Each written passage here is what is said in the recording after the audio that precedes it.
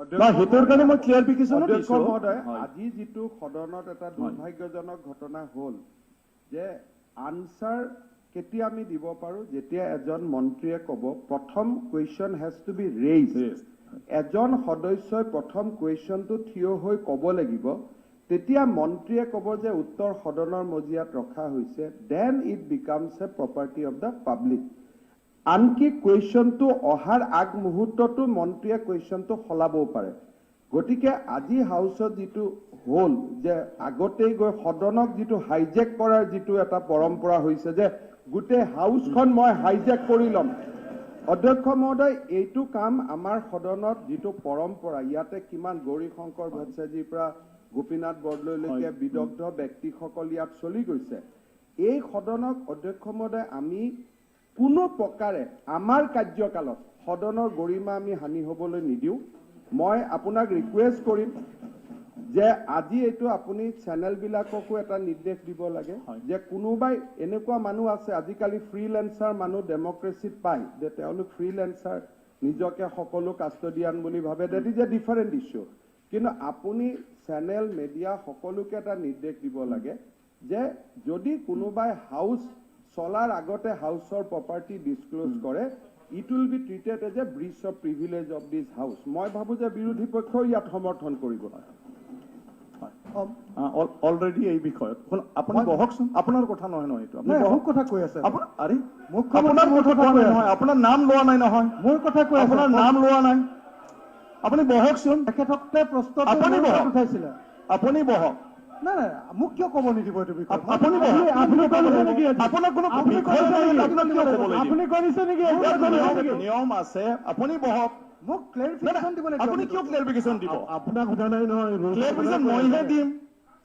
সন্মানীয় সদস্য, আপুনি বহক, নিয়মৰ মাজত চলক। এই প্ৰশ্নটো নাই নাই, নিয়মৰ মাজত চলক। আপুনি আহি চোৱা, আপুনি যদি সেইটো কৰে, আপুনি দেখোন আমাৰ অসমীয়াত কি ভাষা আছে, মানে নামঘৰত কোন যে মই কল খোৱা নাই, আপোনাৰ নাম কোনেও লোৱা নাই, আপুনি বহক, আপুনি বহক। আপোনালোকে এনেকে নিজৰ নিজৰ কমেণ্ট পাছ কৰি থাকিব, উত্তৰ দিব নোৱাৰিম নেকি? আৰে উত্তৰ দিব নোৱাৰে, মুখ্যমন্ত্ৰীয়ে বিধানসভাত এজন এনেকুৱাকৈ উত্তৰ দিব নোৱাৰে, আপুনি উত্তৰ দিব নোৱাৰে। মুখ্যমন্ত্ৰীয়ে মই উত্তৰ দিব নোৱাৰিম। আপুনি বহক, মোৰ ওপৰত তেওঁলোকে কথা ক'ব, মই তাৰ উত্তৰ দিব। আপুনি বহক। এতিয়া 0 আৱাৰ পূৰ্বে তেওঁৰ প্ৰদীপ হাজৰিকা, আপুনি শুনি ল'ব। তেওঁ প্ৰদীপ হাজৰিকা। অধ্যক্ষ মহোদয়, অধ্যক্ষ মহোদয়, অধ্যক্ষ মহোদয়, অধ্যক্ষ মহোদয়, মুখ্যমন্ত্ৰী ডাঙৰীয়া যিটো কথা কৈছে ঠিকে কৈছে। আপোনাৰ এই rules and procedure and conduct of business in Assam legislative assembly, তাত 47B কৈছে কি যে answer to the questions which minister are supposed to give in the house shall not be released for publication until the answers have been actually been given on the floor of the house or laid on the table. Aru tare caption to this prohibition of advance publicity of answer. So it apnar rules and already moi clarification disu. Eitu apnar rules and procedure and conduct of business is 47B কৈছে, গতিকে মুখ্যমন্ত্ৰী ডাঙৰীয়া সেইটো কথাহে কৈছে। গতিকে তেওঁ যদি কাউণ্টাৰ কৰিব লাগিব মুখ্যমন্ত্ৰী নিয়ম, আৰু আজি নিয়ম মতে মইতো ভাবিছিলো যে মই 85 চনৰ পৰা এই বিধানসভাত আছো, গতিকে মই আজি ভাবিছিলো যে আপুনি ইয়াৰ ওপৰত এটা একশ্যন ল'ব বুলি মোৰ এটা ধাৰণা আছে। কিন্তু আপুনি একশ্যন কিয় নল'লে সেইটো আপোনাৰ ডিচিশ্যন। মই আপোনাক কুৱেশ্যন যিটো কথা আজি কুৱেশ্যন আৱাৰৰ আগতে এজন সন্মানীয় সদস্য অন্য এজন সন্মানীয় সদস্যৰ বিষয়ে এই অভিযোগটো আনিলে, এইটো গুৰুত্ব সহকাৰে ল'ব লাগে। আপুনি গোটেই বিষয়টো সঁচাকৈ এনেকুৱা ওলাইছে চাই ল'ব আপুনি। নিশ্চয় মহোদয়, অকল এই বিষয়টোৱে নহয়, সদন আমি সকলোৱে মিলিজুলি চলাব লাগিব। আমি ইয়ালৈ আহোঁ, ইয়াত অহাৰ আগতে ক'তো আপোনাৰ এনেধৰণৰ কথা হ'ব নালাগে যে আজিকালি আপোনাৰ অহাৰ লগে লগে বুম এটা আনি কৈ দিয়ে। আমি সেই কথাবিলাক বাহিৰত ক'ব নালাগে, কিন্তু ইয়াৰ পৰা বাহিৰত অলপ সময় ৰখিলেইতো আমি ক'ব নাই। সেইটো অটেকিঙতে কোৱা অধ্যক্ষ মহোদয়, অটেকিঙৰ কথাটো পাহৰি যাব নালাগে। অধ্যক্ষ মহোদয়, এটা কম্পিটিশ্যন হয় যে আমাৰ ইয়াত শেষ হোৱাৰ আগতেই দৌৰি পেলাই কোনে আগতে ক'ব পাৰে। সেই কথাখিনি অধ্যক্ষ মহোদয় অলপ চাব লাগে যে সেইটো ক'বলৈ যাওঁতেই মানে আমাৰ গোটেই ঘটনাবিলাক হয়। গতিকে যিটো নিয়ম মিনিমাম যিটো নিয়ম সেই নিয়মখিনি মানাৰ ক্ষেত্ৰত আমি সকলোৱে মানি চলিব লাগে অধ্যক্ষমহোদয়। আৰু সঁচা অভিযোগটো হৈছে। আনিলেই অধ্যক্ষমহোদয় অভিযোগটো আনিলেই যে সত্য সেইটো নহয়, অলপ চাব লাগে যে অভিযোগটো সত্য। অনাৰেবল মেম্বাৰ্ছ অনাৰেবল আমি চন্দ্ৰমোহন পাটোৱাৰী ডাঙৰ যদি পাৰ্লামেণ্ট ডিপাৰ্ট মিনিষ্টাৰ থাকিলে ভাল আছিলে, যদিও আমাৰ 45 মিনিট সময় এতিয়া বাচি গৈ আছে আৰু নাই সন্মানীয় সদস্য, মানে এই সদনখন আমাৰ সকলৰ আৰু সেইটো প্ৰক্ৰিয়াটোৱে আমাৰ ৰাজ্যখন আপুনি বহকচোন। নাই, তেখেতে জক্কৰ বুলি আপুনি শব্দ ব্যৱহাৰ কৰিছে। আপুনি কিয় জক্কৰ বুলি শব্দ ব্যৱহাৰ কৰিছে। আন পাৰ্লিমেণ্টাৰী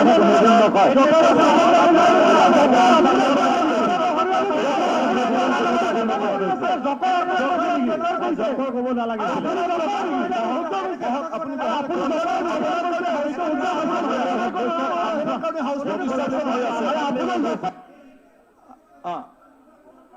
নিজৰ গাত কিয় লগাই লৈছে? হ'ব নিজৰ গাত কিয় লগাই? হ'ব বহক হয়। চাওক, অখিল গগৈৰ কোনো কথাই ৰেকৰ্ডত নাযাব। নহয় অখিল গগৈৰ কোনো কথাই ৰেকৰ্ডত নাযাব। আৰু আপুনি বহক। অলৰেডি মই এটা ডাইৰেকশ্যন দিছো, ইয়াৰ পিছত আৰু একো নাই, এই বিষয় অলৰেডি হৈ গ'ল। কিন্তু অধ্যক্ষ মহোদয়, তেনেকৈ নহয়, হাউচত মই আপোনাক কৈয়ে আছো, হাউচখন এটা ৰুলৰ দ্বাৰা চলে। ৰুলটো মানি চলিব লাগিব। আপুনি বিধানসভাত আহাৰ দিনাই প্ৰথম অ'থ লৈছে, আপুনি স্মৰণ কৰক অ'থটো। এটা ৰেছপনচিবিলিটি। আমি সাধাৰণ মানুহৰ নিচিনা চলিলে ডিফাৰেন্স কি থাকিব? তেতিয়াতো আমি পথাৰতো কথা পাতিব পাৰিলো হয়, বাহিৰতো কথা পাতিব পাৰিলো। ইয়াৰ বহাৰ কি দৰকাৰটো আছে?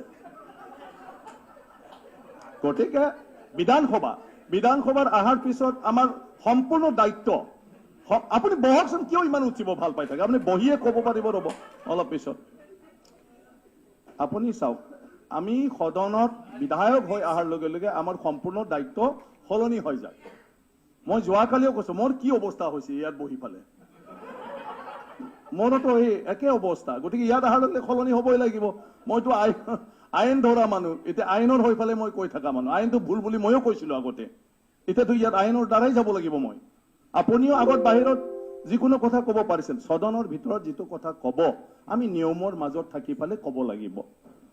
গতিকে আজি কিবা এটা হ'ল, তাৰ ওপৰত মই অলৰেডি ক্লিয়াৰিফিকেশ্যন দিছো যে আমি এটা বিশেষ কাৰণ বশতঃ ৰাতিৰ ভিতৰত অকল কুৱেশ্যনটো দিছিলো, যাহাতে মানে আপোনাৰ সাপ্লিমেণ্টাৰী কুৱেশ্যনৰ ক্ষেত্ৰত তেওঁ প্ৰিপেয়াৰ হৈ আহি এটা ৰিলিভেণ্ট কুৱেশ্যনখিনি কৰিব পাৰে।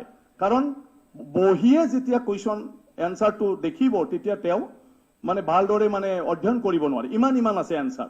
আৰু যিটো তথ্য আপোনালোকে বিচাৰিছে, আপোনাৰ ৰামায়ণ মহাভাৰতৰ নিচিনা মানে ডাটা আছে, মানে এতিয়া চব চিডিত খুজি পঠাবলগীয়া হৈ আছে। গতিকে সেইটো ইয়াত পঢ়িব নোৱাৰাৰ কাৰণে খোজো। আজিৰ পৰা সেইটো বন্ধ। আজি দেখিলো যে সেইটো আচলতে অখিল গগৈ ভুল। বুলি ক'লে, হন- জক্কৰ বুলি কৈছে। নাই কোৱা। আপুনি কিয় অকাল? আপুনি কৈ আছে অখিল গগৈ, আপুনি জোকাৰ কৰি আছে। নাই কোৱা। আপুনি জোকাৰ কৰি আছে। নাই কোৱা। আপুনি জোকাৰ কৰি নাই আছে। কোৱা। হ'ব। আপুনি কিয় কৰি নাই আছে? কোৱা। গতিকে নাই কোৱা। আপুনি কিয় কৰি আছে? ভৰত নাৰু ডাঙিৰে, আপুনি চিনিয়ৰ মেম্বাৰ, আপুনি কৈ আছে। আপুনি চিনিয়ৰ মেম্বাৰ। নাই ভয়ত মাননীয় সদস্য জয়ন্ত মল্লবৰাই মোক অডিয়েন্সৰ পৰা আহিছিলে। মোৰ আৰু তেওঁৰহে কোনো জগৰ নাই, কোনো জগৰ আমাৰ অনানুষ্ঠানিক কথা, এইটো ব্যক্তিগতভাৱে চকীত বহি আছে। আচ্ছা ছাৰ আপোনালোকে মহোদয় হৈছে জকৰ শব্দটো উঠাই লওক। জকৰটো যদি তেওঁ কোৱা নাই আমাক কৈছে। পাৰ্টিকুলাৰ কাকো কোৱা নাই, কাকো কোৱা নাই। জকাৰ এক্সপাণ্ড কৰা শব্দ জকৰ বুলি কোৱা ঠিক আছে। কথাটো যদি কৈছে জকৰ শব্দটো হ'ব, নিশ্চয় নাথাকিব ৰেকৰ্ড, পিছত চালে হ'ল। ছাৰ আপোনালোকে প্ৰদীপ হাজৰিকা ডাঙৰীয়া, আপুনি বহক। হৈছে ক'ব পাৰিম নেকি এতিয়া? নাই ক'ব নোৱাৰি নহয়, এতিয়া গ'ল এইটো। এতিয়া 54 ৰুল, মানে আমি ক'বলৈ ৰুল নাম্বাৰ 54। এইটো কাৰণে আপুনি যোৱাকালি দেখোন বহুত দীঘল ক'লে, মানে আপোনাৰ সময়তো কোনেও কিবা কৰা নাই। তেখেতক ক'বলৈ দিয়ক, অনাৰেবল মেম্বাৰ। আসাম ট্ৰিবিউন এখন এই পেপাৰখনত এটা অতি গুৰুত্বপূৰ্ণ বাতৰি পৰিৱেশন কৰিছে, আৰু তাৰ কেপশ্যনটো হ'ল drug trafficking from Myanmar cause for concern. অধ্যক্ষ মহোদয়, এই যিটো ড্ৰাগ ট্ৰেফিকিং ফ্ৰম ম্যানমাৰ যিটো বিষয় আনিছে, যিটো বিষয় ইয়াত দাঙি ধৰিছে, এইটো দাঙি ধৰিব Silent, দিয়াৰ কাৰণে please. মই আপোনাক ধন্যবাদ জনাইছো। ইম্পৰ্টেণ্ট বিষয়ত তেখেতে আনিছে 0 hour। অধ্যক্ষ মহোদয়, মই বৰ্তমানৰ অসম চৰকাৰ মাননীয় আমাৰ হিমন্ত বিশ্ব শৰ্মা ডাঙৰীয়া মুখ্যমন্ত্ৰী নেতৃত্বত পৰিচালিত এই চৰকাৰখনে যোৱা 2 মাহত যিখিনি সিদ্ধান্ত লৈছে, তাৰ ভিতৰত এটা অতি গুৰুত্বপূৰ্ণ সিদ্ধান্ত লৈছে ড্ৰাগছ ট্ৰেফিকিঙৰ ওপৰত যিটো ব্যৱস্থা চৰকাৰে কৰিছে। ইতিমধ্যে এই চৰকাৰখনে 3,500 মানুহক এৰেষ্ট কৰিছে, 3,500 মানুহক for illicit drug trade in the state. আৰু অধ্যক্ষ মহোদয়, ইয়াত এই কথাটো এনেধৰণে দাঙি ধৰিছে যে the Assam police has launched a major crackdown against drug in recent months, trafficking of narcotic from Myanmar. অধ্যক্ষ মহোদয়, in fact the Assam government has started a war against drugs. আৰু এইটো অধ্যক্ষ মহোদয়, ইয়াত যিখিনি বস্তু ইয়ালৈ আহি আছে, যে হিৰইন আহিছে, গাঞ্জা আহিছে, অপিয়াম আহিছে, কাফ চিৰাপ আহিছে, টেবলেট আহিছে, ইয়াত পপি ষ্ট্ৰ আহিছে, ক্ৰিষ্টেল মেথ আহিছে, কোকাইন আহিছে। এই যিবিলাক বস্তু এতিয়া ইয়াত ৰিকভাৰ হৈছে আৰু ব্ৰাউন চুগাৰ আহিছে, এইটো অধ্যক্ষ মহোদয়, কৰোণা ভাইৰাছে যিধৰণে গোটেই বিশ্ব মেৰিয়াই ধৰিছে, এই ড্ৰাগছে গোটেই পৃথিৱীখনেই মানে এটা সাংঘাতিক অৱস্থালৈ নি আছে। এইটো বহুত দেৰিকে হলেও এই যিটো সিদ্ধান্ত চৰকাৰে লৈছে, আজি এই সিদ্ধান্তটো লোৱাৰ পিছত যেতিয়া 3,000 মানুহ এৰেষ্ট হৈ গ'ল, 3,500 মানুহ এৰেষ্ট হোৱাৰ পিছত অসমৰ মানুহে ইয়াৰ মেগনিচিউডটো অলপমান বুজি পাইছে যে ড্ৰাগছে মনে মনে আহি আহি আমাৰ এই গোটেই অঞ্চলবিলাক কি এটা সাংঘাতিক ৰূপলৈ লৈ গৈছে। এইটো মানে চিন্তা কৰিলে আপুনি মানে আচৰিত লাগিব যে যি ইয়াৰ পেচেণ্ট দেখা নাই, ড্ৰাগছ এফেক্টেড হোৱা পেচেণ্ট, এইটো নেদেখিলে কোনো বুজি নাপাব। কিমান মানে এডিক্টেড যিবিলাক মানুহ আছে, কিমান সাংঘাতিক অৱস্থা হৈছে, ঘৰবিলাকত পৰিয়ালবিলাকত কিমান সাংঘাতিক অৱস্থা হৈছে। এতিয়া অধ্যক্ষ মহোদয়, যে এই যে ড্ৰাগছ ইমান যে ইয়াত যে এইকেইটা দিনৰ ভিতৰত, মাত্ৰ 2টামান দিন হৈছে চৰকাৰ হোৱা, এই কেইটামান দিনৰ ভিতৰত যে ইমান ড্ৰাগছ ইয়াত ধৰিলে আৰু ইয়াৰ লগত জড়িত যে ইমান মানুহ ইয়াত এৰেষ্ট কৰিলে, ইভেন আৰু এটা কথাৰ কাৰণে ধন্যবাদ জনাব লাগিব যে আমাৰ এজন হোমগাৰ্ড বৰসিং বে বুলি, এই হোমগাৰ্ডজনে এখন গাড়ীত অহা প্ৰায় 12 কোটি টকাৰ ড্ৰাগছ, 12 কোটি টকা ড্ৰাগছ তেওঁ হয়তো তেওঁলোকৰ পৰা পইচা লৈ পেলাই এৰি দিব পাৰিলেহেঁতেন, কিন্তু সেই কনষ্টেবল মানে হোমগাৰ্ডজনে পুলিচৰ লগত যোগাযোগ কৰাই পেলাই সেইখিনি ধৰাই দিলে। আমাৰ চৰকাৰে এৱাৰ্ড দিছে তেখেতক, আৰু তেখেতক কনষ্টেবল হিচাপে এপইণ্টমেণ্ট দিছে। এইটো কাৰণেও আমি চৰকাৰক ধন্যবাদ জনাইছো। এইটো ধেমালি কাম কৰা নাই, এইটো জানি পেলাই অজ্ঞানিতে কৰিছে যদিও এইটো বহুত এটা ডাঙৰ কাম কৰিছে। এতিয়া অধ্যক্ষ মহোদয়, এই কথাটো চাব লাগিব যে আমাৰ এই যে ড্ৰাগছ ইয়াত যে আহিলে, এই ড্ৰাগছ আমাৰ ক'ৰ পৰা আহিছে, ড্ৰাগছৰ চ'ৰ্চটো ক'ত? এই চ'ৰ্চটো অধ্যক্ষ মহোদয় আমি দেখিছো যে 2টা চ'ৰ্চৰ পৰা ড্ৰাগছ ইয়ালৈ আহিছে, আৰু এই 2টা চ'ৰ্চ হৈছে অধ্যক্ষ মহোদয়, এটা হৈছে গোল্ডেন ট্ৰায়েংগুল। গোল্ডেন ট্ৰায়েংগুলটো হৈছে অধ্যক্ষ মহোদয় ম্যানমাৰ, লাওছ আৰু থাইলেণ্ড। এইটো জেগা, এই 3খন দেশৰ যিটো জইনিং পইণ্ট, এইটো গোল্ডেন ট্ৰায়েংগুল বুলি কৈছে। এতিয়া এই গোল্ডেন ট্ৰায়েংগুল ম্যানমাৰ, লাওছ আৰু থাইলেণ্ডৰ পৰা আহিছে কেনেকে ইয়ালৈ? অধ্যক্ষ মহোদয়, ম্যানমাৰ যিখন দেশ, ভাৰতবৰ্ষ আৰু ম্যানমাৰৰ মাজত এটা ন' মেন্স লেণ্ড আছে অধ্যক্ষ মহোদয়, তাতে আমাৰ এই টেৰৰিষ্ট গ্ৰুপবিলাক তাত থাকে এই জেগাটুকুৰা, আৰু এই জেগাটুকুৰাত ম্যানমাৰ গভৰ্ণমেণ্টৰ এডমিনিষ্ট্ৰেশ্যন তাত নচলে। তাত যিমানবিলাক টেৰৰিষ্ট গ্ৰুপ আছে, বহুতে চিজ ফায়াৰ কৰিলেও এতিয়াও কমচে কম 15-20টা টেৰৰিষ্ট গ্ৰুপে তাত কাম কৰি আছে এতিয়া এই টেৰৰিষ্ট গ্ৰুপবিলাকৰ এই ড্ৰাগছৰ লগত জড়িত আছে আৰু তেওঁলোকৰ এতিয়া ৰিচেণ্টলি আমি মানে যিখিনি খবৰ অন্য বা কালেক্ট কৰোঁতে পাইছোঁ যে দুটামান টেৰৰিষ্ট গ্ৰুপৰ হাতত ইতিমধ্যে ড্ৰাগছ মেনুফেকচাৰিং ইণ্ডাষ্ট্ৰী তেওঁলোকে তাত খুলি লৈছে তেওঁলোকে প্ৰডাকশ্যন কৰে আৰু তাৰ পৰা তেওঁলোকে ইণ্ডিয়ালৈ তেওঁলোকে পঠায় তেওঁলোকে আৰু ইউৰোপিয়ান কাণ্ট্ৰিলৈও মানে ইয়াৰ পৰা পঠায় এতিয়া সেইকাৰণে ড্ৰাগছটো কিয় বেছি বিষাক্ত হৈছে এইটো বিহ বুলিয়ে কোৱা হয় ড্ৰাগছ বৰবিহ বুলি কোৱা হয় যে বৰবিহবিলাক এতিয়া আমাৰ খুব ভাল ভাল পৰিয়ালৰ ল'ৰা ছোৱালীয়ে এইটো লৈ আছে এতিয়া এই বৰবিহ প্ৰডাকশ্যন হৈছে এই জেগাত আৰু গল্ডেন ট্ৰায়াংগুলৰ পৰা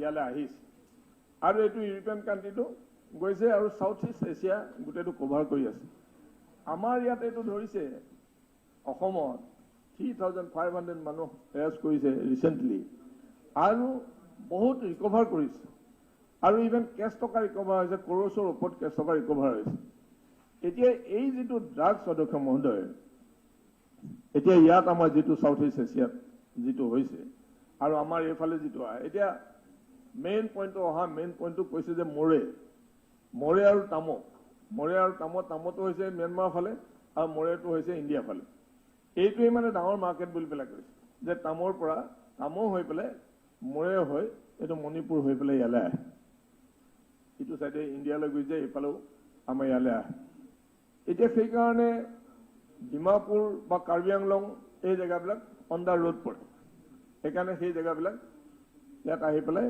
আমাৰ এই ড্ৰাগছবিলাক এনেকৈ সোমাইছে আৰু এটা চ'ৰ্চ হ'ল গোল্ডেন ক্ৰিচেণ্ট এইটো গোল্ডেন ক্ৰিচেণ্টটো হৈছে পাকিস্তান আফগানিস্তান এণ্ড ইৰাণ এতিয়া পাকিস্তান আফগানিস্তান আৰু ইৰাণ এতিয়া আফগানিস্তানৰ এইটো এটা উদাহৰণ দিব পাৰি অধ্যক্ষমতে এতিয়া যে মই কৈছোঁ যে ইয়াত টেৰৰিষ্ট জড়িত আছে টেৰৰিষ্ট গ্ৰুপ কিছুমানে এনেকুৱা ধৰণে মেনুফেকচাৰ কৰিছে ইয়াত দেখা গৈছে চাই পেলাই দেখা গৈছে যে তালিবান যিবিলাক এৰিয়া আছে তালিবান এৰিয়াত এই পপি কাল্টিভেশ্যন তাত মানে হেভিলি কাল্টিভেশ্যন হৈছে তাত আৰু এইটো কি হয় এইটো মানে সোনকালে পইচা পাব পাৰে তেওঁলোকে আৰ্মছ কিনিব পাৰে এইকাৰণে তেওঁলোকে এইটো খুব সুন্দৰকৈ তাত মানে তেওঁলোকৰ হাতত যিহেতু কণ্ট্ৰল থকা যিবোৰ এৰিয়া আছে গোটেই এৰিয়াবিলাকত তেওঁলোকে এনেকুৱা ধৰণে পপি কাল্টিভেশ্যন কৰি পেলাই তাৰ পৰা তেওঁলোকে এই ড্ৰাগছ বনাই আছে এতিয়া আফগানিস্তানৰ পৰা আমাৰ পাকিস্তান আহে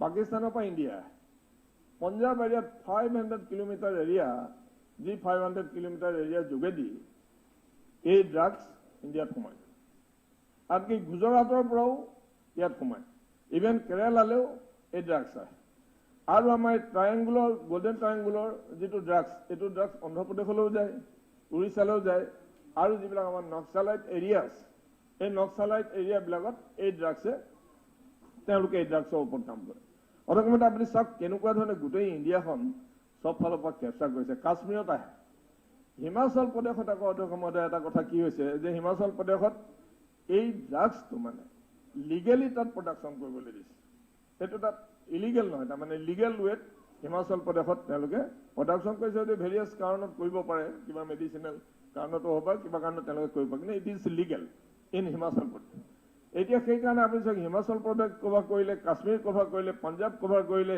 ৰাজস্থান কভাৰ কৰিলে গুজৰাট কভাৰ কৰিলে ইভেন কেৰেলা কভাৰ কৰিলে তো সেইটো চাইডেদি আপোনাৰ গোল্ডেন ক্ৰিচেণ্টৰ পৰা যিটো আহিছে সেইটো চাইডে কভাৰ কৰিলে আৰু গোল্ডেন ট্ৰায়েংগুলৰ পৰা যিটো আহিছে যিটো সাউথ ইষ্ট এছিয়া পুৰা কভাৰ কৰি আছে সেইটো আমাৰ এই অঞ্চলবিলাক গোটেই এতিয়া মেঘালয়তো কোনোবাই ধৰা নাই মেঘালয় মিজোৰাম নাগালেণ্ড অৰুণাচল এইবোৰ জেগাত গোটেই য়ং ল'ৰা ছোৱালীবিলাক বা অসমতো গোটেই য়ং ল'ৰা ছোৱালীবিলাক যিটো মানুহে ফটককৈ নেদেখে যিটো ঘটনা ঘটি আছে এতিয়া আমাৰ কৰোণা ভাইৰাছটো আপোনাৰ পজিটিভ হৈ গ'লে লগে লগে তাত সোমাই দিছে সেইটো দেখিছে আৰু 12 দিনত নিগেটিভ হৈছে ওলাই আছে কিন্তু এইটো তেনেকুৱা নহয় অসমত এইটো লাহে লাহে লাহে লাহে এনেকুৱা হৈ যাব the whole generation will get finish আৰু এইটো কোনো ক'ব নোৱাৰিব ইটছ ছাচ এ ডেঞ্জাৰাছ মানে থিং ছাবষ্টেঞ্চ এতিয়া সেইকাৰণতে মই এইটো এতিয়া মইতো এইটো দেখিলো যে অসমতো এইটো ধৰিলে, এতিয়া বৰ ডাঙৰ বস্তু এটা ধৰিলে চৰকাৰে।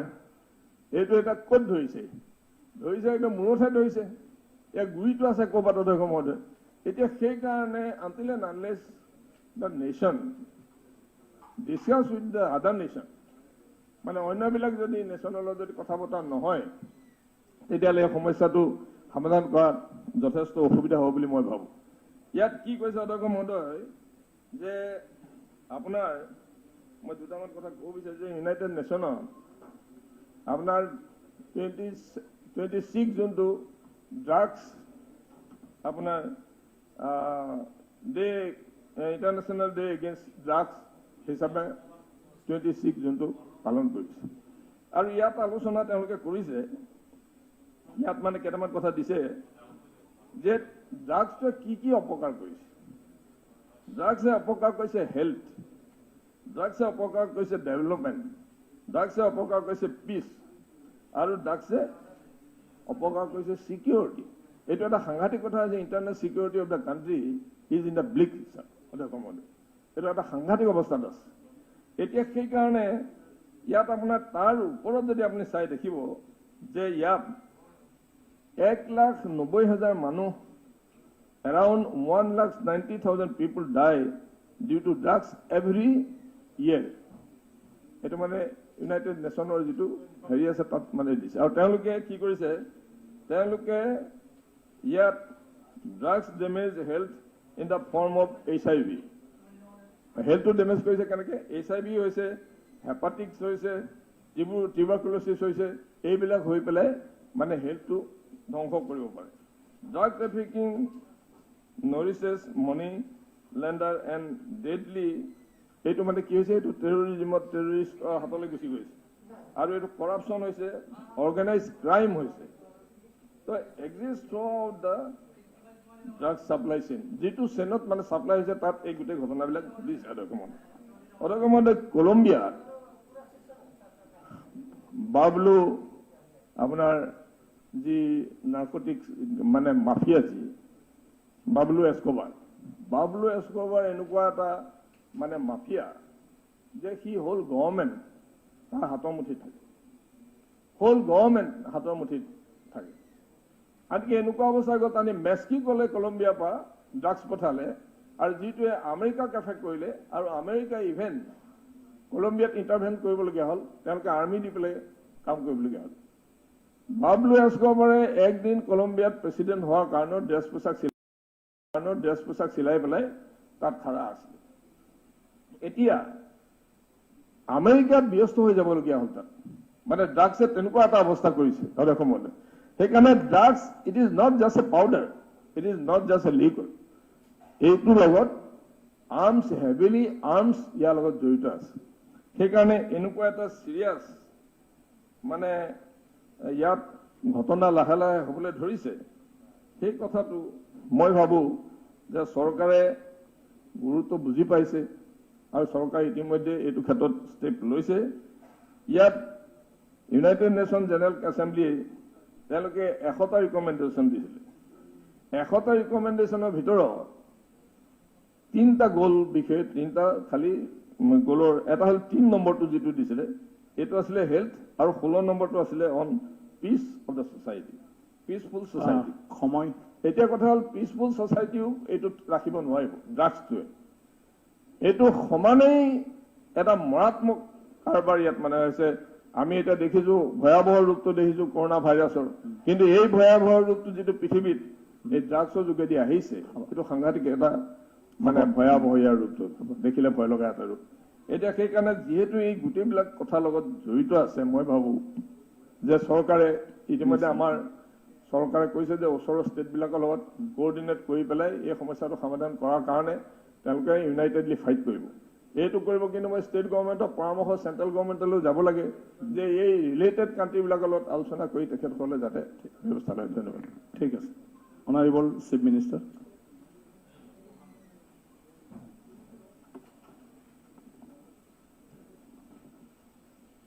মাননীয় অধ্যক্ষ মহোদয়, আমাৰ সদনৰ এগৰাকী জ্যেষ্ঠ সদস্য প্ৰদীপ হাজৰিকা ডাঙৰীয়াই অত্যন্ত স্পৰ্শকাতৰ আৰু নৱপ্ৰজন্মৰ বাবে অত্যন্ত প্ৰয়োজনীয়।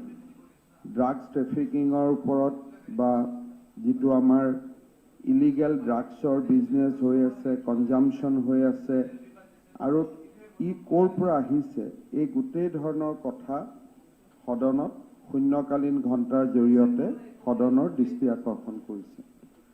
অধ্যক্ষ মহোদয়, যোৱা কিছু বছৰ ধৰি যেতিয়াই আমি কোনোবা জিলাত ভ্ৰমণত যাওঁ, ৰাজহুৱাভাৱে কথা বতৰা পাতোঁ, বিশেষকৈ আমাৰ আই মাতৃ সমাজৰ সৈতে কথা পাতোঁ, তেতিয়া সদায়ে তেওঁলোকে অসমৰ আটাইতকৈ ডাঙৰ সমস্যা হিচাপে ড্ৰাগছৰ বিভীষিকাৰ কথা আমাৰ আগত উল্লেখ কৰি আহিছিলে।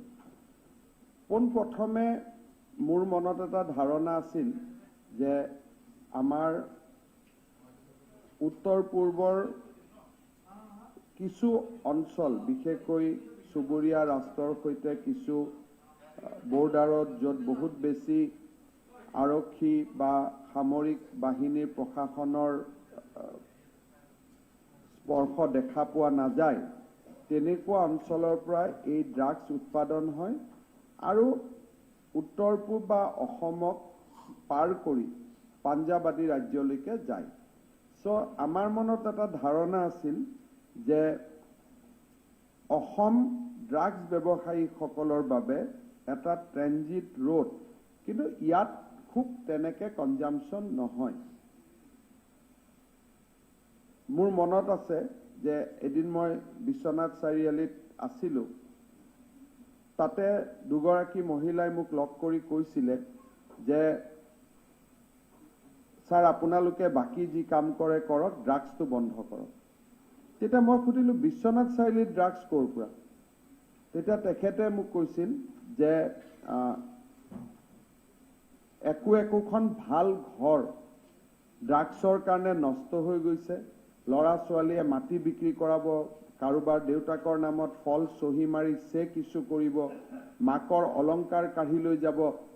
এখন গাঁৱলীয়া ভাষাত এটা যি ধৰণে চিত্ৰ বৰ্ণনা কৰিছিল, মোৰ মনটো সেমেকি উঠিছিলে। কিন্তু তথাপিতো কৰবাত নহয় কৰবাত মনত এটা মোৰ সন্দেহ আছিলে যে দিছ মাইট বি এবাৰেশ্যন, হয়তো এনেকুৱা দুই এটা ঘটনা হৈছে, কিন্তু অসমত এইটো বহুত ভয়াৱহ কথা নহয়। সেইধৰণে এটা দুই ধৰণৰ চিন্তা লৈ মই চলি আছিলোঁ। আমাৰ অসমত আৰু এখন সমাজ আছে, যিখন হ'ল যে প্ৰথমতে ড্ৰাগছ খাইছিলে, পিছত তেওঁলোকে ৰিহেব চেণ্টাৰত গৈ ড্ৰাগছ এৰি দিয়ে আৰু তেওঁলোকক আমি ক'ব পাৰোঁ যে তেওঁলোক এক্স ড্ৰাগ এডিক্ট। আৰু তেখেতসকলে যোৱা কিছুদিনত যি ধৰণে কথাবিলাক বৰ্ণনা কৰিছে যে জেলতো ড্ৰাগছ পায়, হস্পিটেলতো ড্ৰাগছ পায়, দোকানতো ড্ৰাগছ পায়, আনকি গুৱাহাটীত এনেকুৱা পৰ্যন্ত হৈছে যে ছুইগিত অৰ্ডাৰ দিলে যেনেকে খোৱা বস্তু ঘৰত আহে, তেনেকে ছুইগিৰ শব্দটো হয়তো সেইটো কোম্পানী নহ'ব তাৰ নামত, যে তেনেকুৱা ধৰণে কাপোৰ পিন্ধি ধুনীয়াকৈ ডেলিভাৰী বয়ৰো নেটৱৰ্ক বনাই লোৱা হৈছে যে যোনে য'ত বিচাৰে ঘৰত গৈ ড্ৰাগছ দি থৈ আহে। আনকি লকডাউনৰ সময়তো যিহেতু এই ধৰণৰ ব্যৱসায় খোলা আছে, হোম ডেলিভাৰী, ড্ৰাগছৰ হোম ডেলিভাৰীও হৈছে। বিভিন্ন ধৰণে টেলিভিছনতো এই কথাবিলাক আলোচনা হৈছিলে। যেতিয়া এই কথাবিলাক আমি দেখিছিলোঁ, তেতিয়া আমি লগে লগে সিদ্ধান্ত লৈছিলোঁ যে নহয়, আমি ড্ৰাগছৰ বিৰুদ্ধে আমি কাম কৰিব লাগিব। অসম আৰক্ষীয়ে এইটো নহয় যে প্ৰথমবাৰৰ বাবে ড্ৰাগছৰ বিৰুদ্ধে কাম কৰিছে।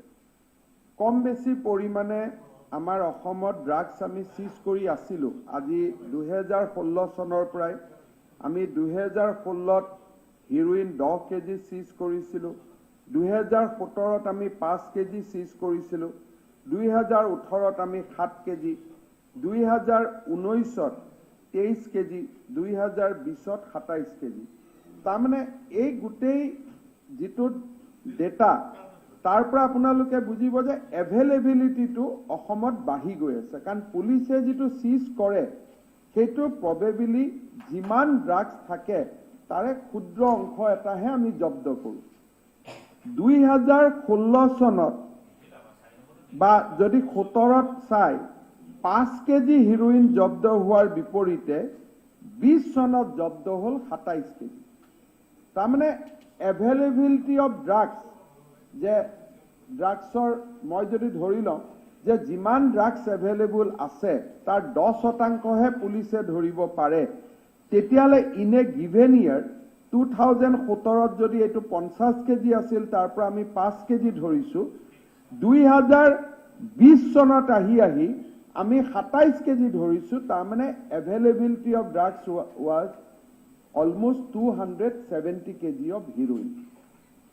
প্ৰপৰচনটো যদি চাই কাৰণ আমি যিমান আজি ইলিচিট ড্ৰাগছ হওক যিকোনো চোৰাং কথা বতৰা পুলিচে কিমানটো চিজ কৰে 10% of the available illegal commodity তাৰমানে 50 কেজিৰ পৰা 270 কেজিলৈকে যিটো যাত্ৰা এইটো আমাৰ সন্মুখতে হ'ল আমি এই সদনত বহি থকা অৱস্থাত নতুন বিধায়কখিনি আমি বাদ দিওঁ আমাৰ সন্মুখতে ক'ব নোৱাৰাকৈয়ে এই যাত্ৰাটো আমাৰ চলি থাকিল আমি সদনতো কেতিয়াও এই বিষয়ে আলোচনা কৰা নাই যিটো ধৰণে আলোচনা কৰিব লাগে প্ৰয়োজনীয়তা অনুভৱ কৰা নাই কাৰণ যিসকলে ড্ৰাগছ খায় ড্ৰাগছ কনজিউম কৰে দেউতাক মাকে সামাজিক এটা অপবাদ আহিব বুলি ঘৰৰ পৰা নকয় ল'ৰা ছোৱালী ড্ৰাগছ খোৱা ল'ৰা ছোৱালীখিনিও সমাজৰ পৰা অলপ দূৰত থাকে তেওঁলোকে এখন নিজৰ পৃথিৱী নিৰ্মাণ কৰি লয় আৰু একোটা পৰিয়াল একেবাৰে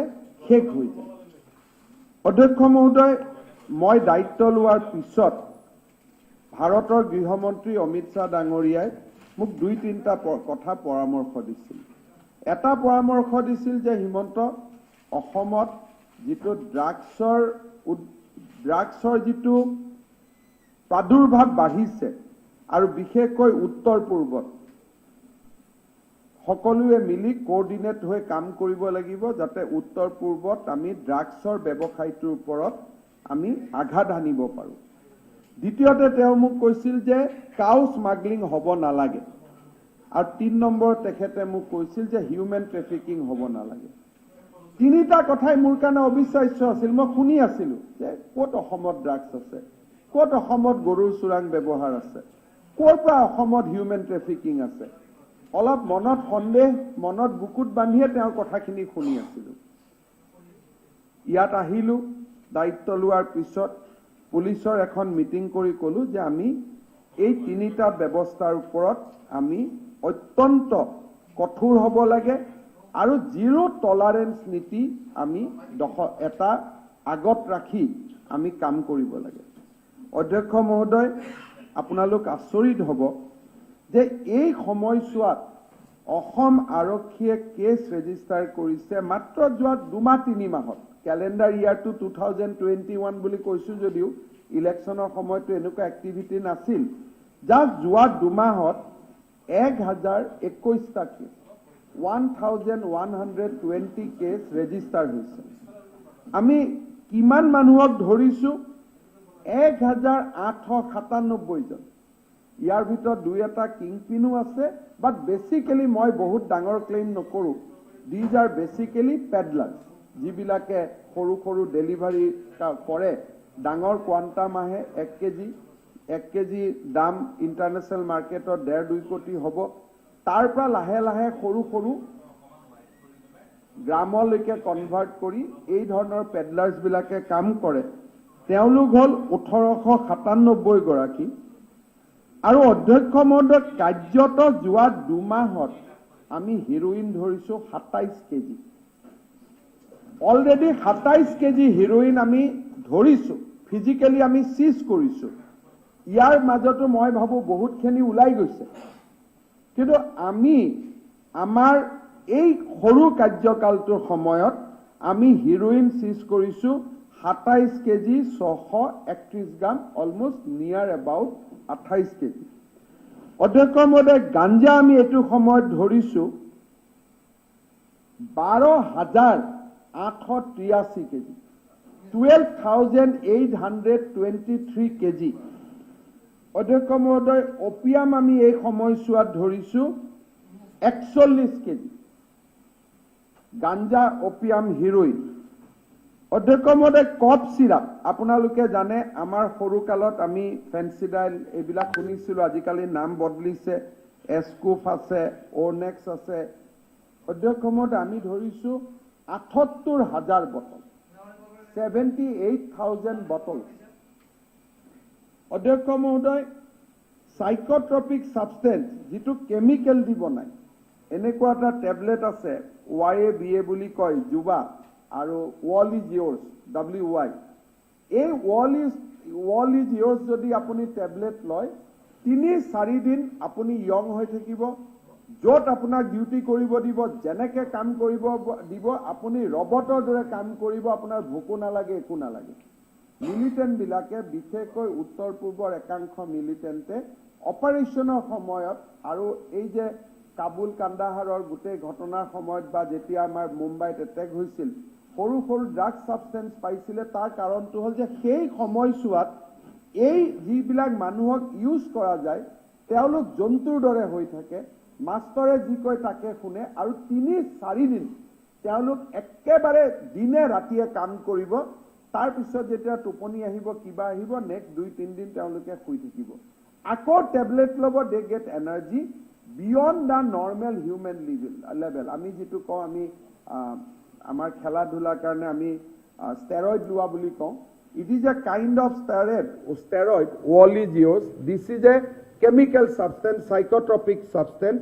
অধ্যক্ষ মহোদয়, আমি কিমান ধৰিছো? 13,63,183। 13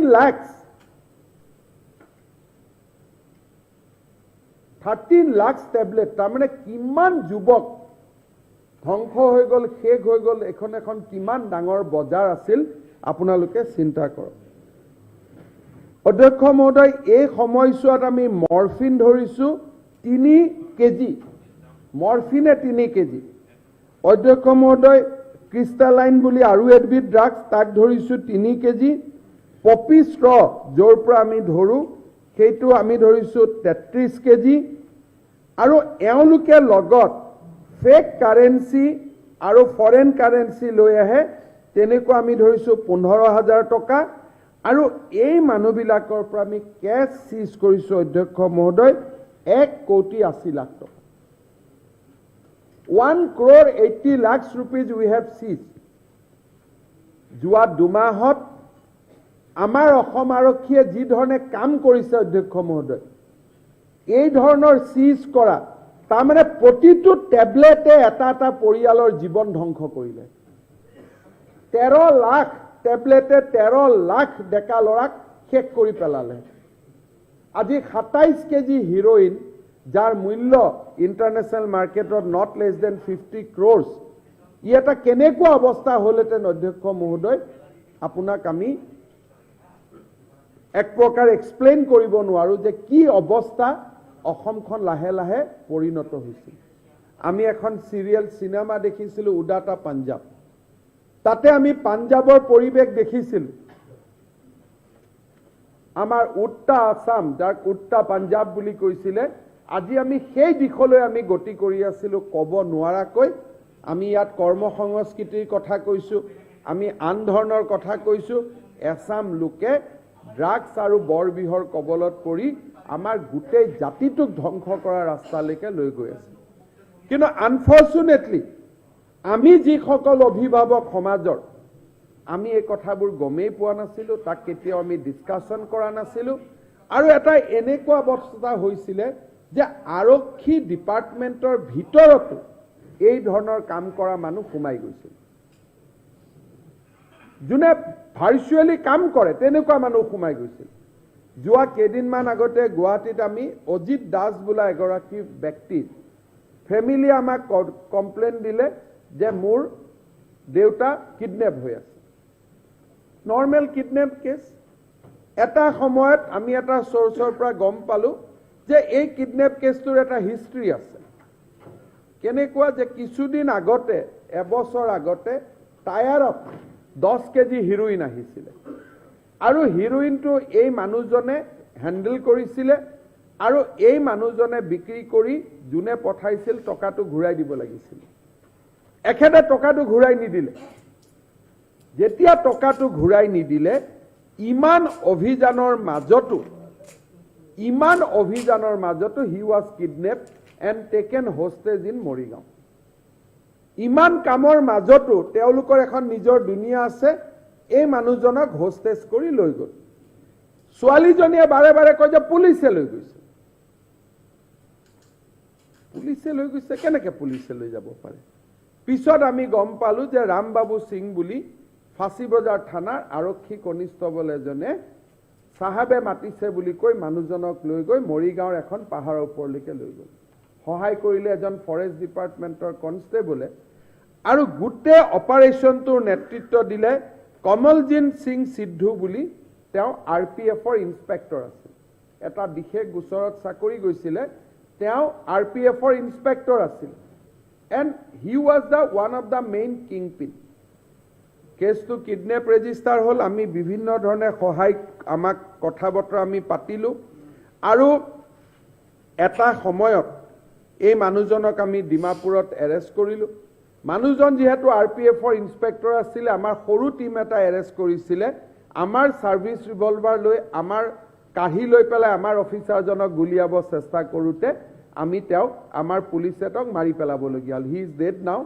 and as a result of encounter so' 10 KG heroin অকল টায়াৰৰ মাজত পেক কৰি পেলাই লৈ গৈছিলে আৰু পইচা নিদিয়াৰ কাৰণে মানুহক কিডনেপ কৰি লৈ গৈছিলে তাৰমানে হিন্দী চিনেমাত যেনেকুৱা ধৰণৰ আণ্ডাৰৱৰ্ল্ড আমি দেখোঁ তেনেকুৱা ধৰণৰ আণ্ডাৰৱৰ্ল্ডৰ কাম এটা অসমত চলি আছিল অধ্যক্ষ মহোদয় এই সময়ছোৱাত কোনোবাই কয় যে নহয় অসম পুলিচ ট্ৰিগাৰ হেপী অধ্যক্ষ মহোদয় যেতিয়া এনেকুৱা মানুহবিলাক এৰেষ্ট হয় তেতিয়া তেওঁলোকে জানে যে this is end of our life যেতিয়া 10 কেজি হিৰোইনৰ লগত মই এৰেষ্ট হ'ম তেতিয়া মোৰ কনভিকশ্যন ইজ কনফাৰ্ম গতিকে আৰু এওঁলোকে নিজেও অলপ খাই থাকে গতিকে তেওঁলোকে সৰ্বোচ্চ চেষ্টা কৰে যে আমি ওলাই যাওঁ মাৰো দে বিকাম ডেছপাৰেট ড্ৰাগছ এডিক্টৰ লগত আপোনালোকে কথা পাতি চালে দেখিব যে তেওঁলোকে যেনেকৈ হাতত ধৰিব ভৰিত ধৰিব কান্দিব মানুহকেইজনে যি ধৰণে বিহেভ কৰে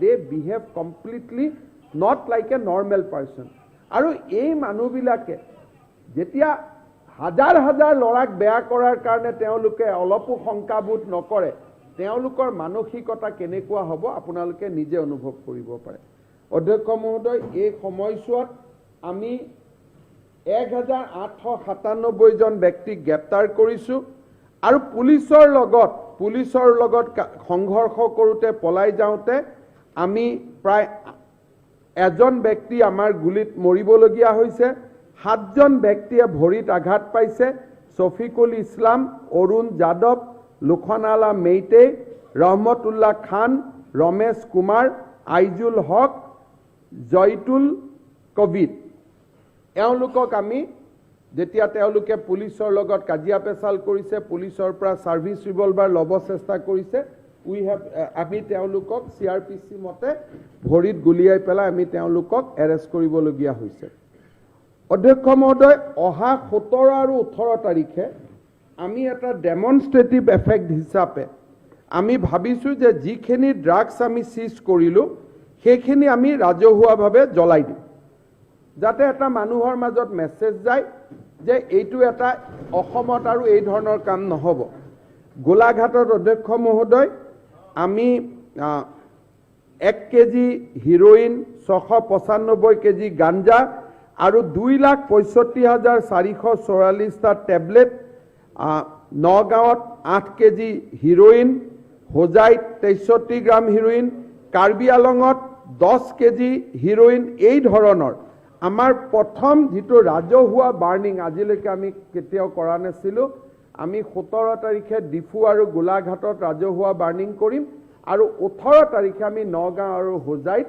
আমি এই নেক্ৰটিক যিমানখিনি আমি যোৱা 2 মাহত সিজ কৰিলোঁ except the sample we need to keep for the legal purpose বাকিখিনি আমি জ্বলাই দিয়াৰ বাবে সিদ্ধান্ত লৈছোঁ মই আমাৰ মাননীয় বিধানসভাৰ সদস্যসকলক অনুৰোধ কৰিম যে যোনে যেনেকৈ পাৰে এই কাৰ্যসূচীকেইটাত উপস্থিত থাকিলে এটলিষ্ট মানুহৰ মাজত এটা মেছেজ যাব যে হাউচ বিধানসভা ইয়াত একত্ৰিত হৈ আছে, অসম পুলিচক সাহস দিছে, অসম পুলিচক প্ৰেৰণা দিছে, যাতে কঠোৰৰ পৰা কঠোৰতম ব্যৱস্থা লৈ হ'লেও অসমৰ পৰা তেওঁলোকে ড্ৰাগছ নোহোৱা কৰিব পাৰে। আজি আমি বিধানসভাত সন্মানীয় প্ৰদীপ হাজৰিকা ডাঙৰীয়াই প্ৰশ্নটো অনাৰ বাবে উত্তৰ দিবৰ বাবে মোৰ সুবিধা হৈছে। এই যিটো ড্ৰাগছৰ ঘটনা মই আজিও কৈছোঁ, আমি যিটো 2 মাহত চিজ কৰিছোঁ, আগত যিখিনি আমি চিজ কৰিছিলোঁ may be 10% of the total quantity. আজি আমি চিজ কৰিছোঁ যিখিনি that might be 20% of the total quantity. যদি 27 কেজি অলৰেডি আমি চিজ কৰিছোঁ, তাৰমানে চিজ নকৰাকৈ খুব সম্ভৱতঃ আৰু 200-150 কেজি হিৰোইন ইয়াত ডেফিনেটলি ঘূৰি আছে। এণ্ড 200-150 কেজি মানে কিমান হিৰোইনৰ দাম যদি 2 কোটি বুলিও ধৰে 400 কোটি টকা।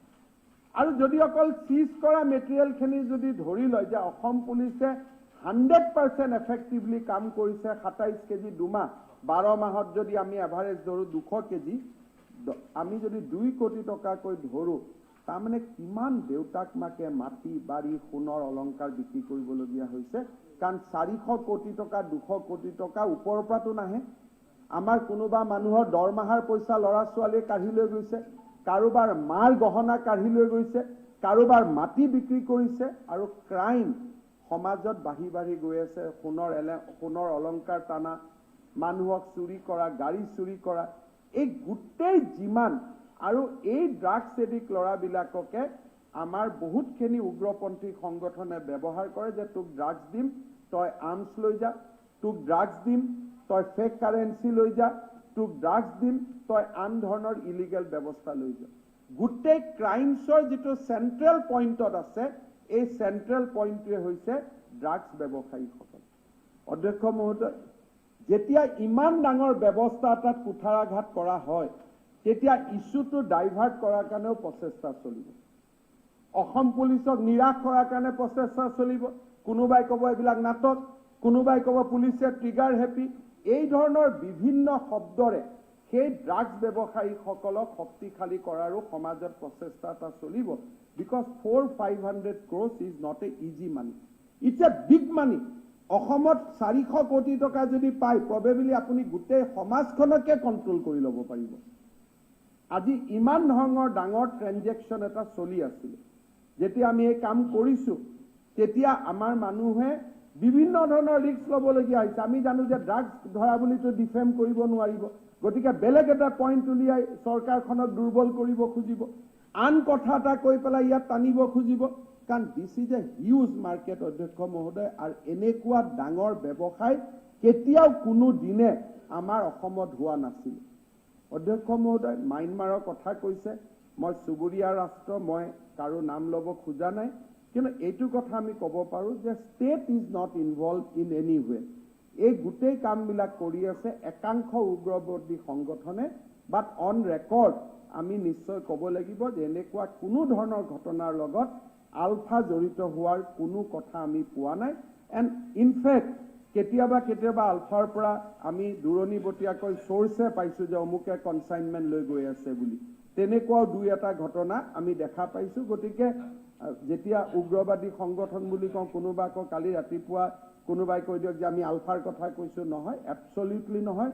আমাৰ এটলিষ্ট অসমীয়া মানুহ যোনেই নহওক কিয় আমি ইমান তলত যোৱা নাই বুলি আমি ভাবিবই লাগিব। And I must give due credit যে তেখেতসকলৰো 2-এটা মানুহৰ পৰা আমি চ'ৰ্চে পাইছোঁ, যেতিয়া ম্যানমাৰৰ পৰা আৰম্ভ হৈছে, কোনোবা এখন জংগলৰ পৰা কোনোবা উগ্ৰপন্থী সংগঠনে তেওঁলোকৰ নলেজত আছে, তেওঁলোকে চীনা জানা পুলিচ অফিচাৰক ফোন কৰিয়ে খবৰ দিছে যে অমুকে বস্তু লৈ আহিছে বুলি।